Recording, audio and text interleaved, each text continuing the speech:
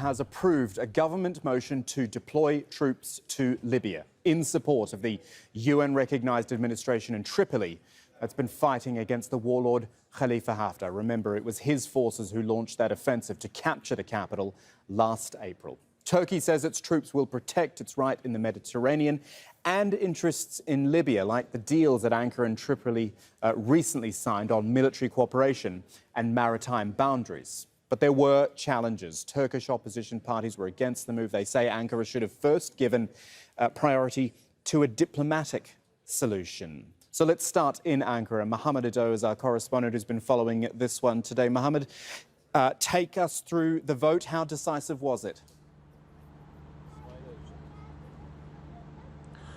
Quite decisive, Kamal. 325 members of parliament voted for it, while 184 voted against. Of course, it is the voting power that the AK party and its affiliate party, the MHP, have in parliament that saw that motion sail through parliament. The opposition legislators were really heated in their opposition to it, saying that Turkey should not get sucked into the murky quagmire that the civil war in Libya is, saying that the country is yet to recover from its military interventions in neighboring Syria.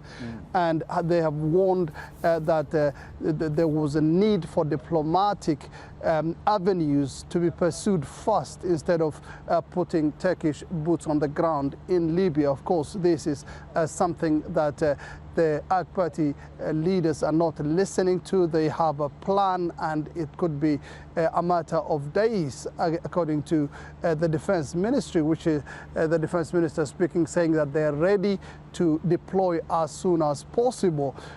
So there is some sort of the whole process was also fast-tracked with members of parliament being called in from recess a week early. So it looks as if Turkey is really itching to take its troops to